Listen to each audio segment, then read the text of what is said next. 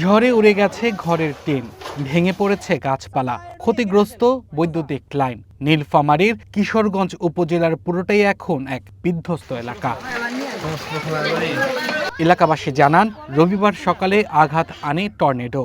প্রায় ৫ মিনিট ধরে চলা এই ঝড়ে তছনছ হয়ে যায় ৩ শতাধিক ঘরবাড়ি।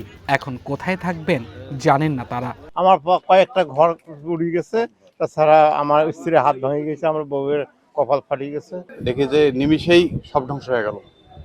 ৩-৪টে রুম, টিন টুন সব উড়িয়ে যে কোথায় নিয়ে গেছে, বিল্ডিং সব ভেঙে গেছে। আমি সকালে উঠি, গরুকে একটু ফল দিয়ে বাইরেছি। এই মুহূর্তে কপাল গুছার সময় পাই নেই। আমার বাড়ির ডাক্তার স্বাস্থ্য নিয়ে ২১টা ছিল, আর বাড়ি ঘর সব দেখতে পাচ্ছেন। এই যে বাড়িগুলো সব মেসমার হয়ে গেছে, গাছপালা যা কিছু সব ক্ষয়ক্ষতি হয়ে গেছে। ঝড়ে আহত হয়েছেন অন্তত ৩০ জন। এদের ৩ জনকে উপজেলা স্বাস্থ্য কমপ্লেক্সে ভর্তি করা হয়েছে।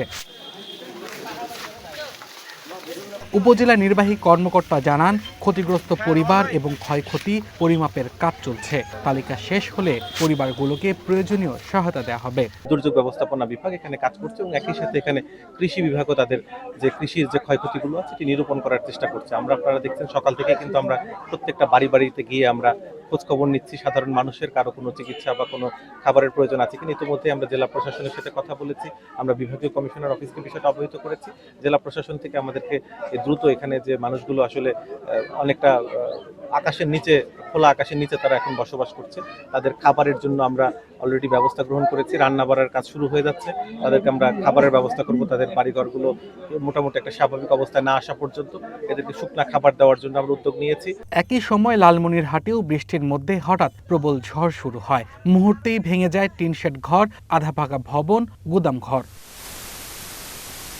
কালীগঞ্জ উপজেলার মধ্যস্রোতিধর ও চরনোহালী গ্রামে অন্তত ৫০টি পরিবারের শতাধিক ঘরবাড়ি বিধ্বস্ত হয়েছে। টিন ও ইটের আঘাতে ৩ জন আহত হয়েছেন।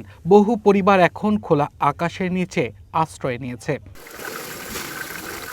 রংপুরের গঙ্গাচড়া উপজেলার ২টি ইউনিয়ন ঝড়ে লণ্ডভণ্ড হয়েছে।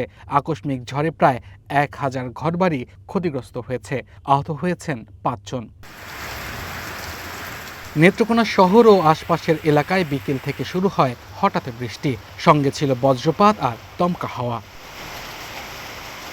কুমিল্লায় বজ্রপাতে মারা যায় ২ বোনসহ ৩ জন। এছাড়া ঝিনাইদহে ২ কৃষক, গাইবান্ধায় ১ জন এবং নারায়ণগঞ্জে ১ শিশু বজ্রপাতে মারা গেছে। Abdul Al Mamun, one national desk.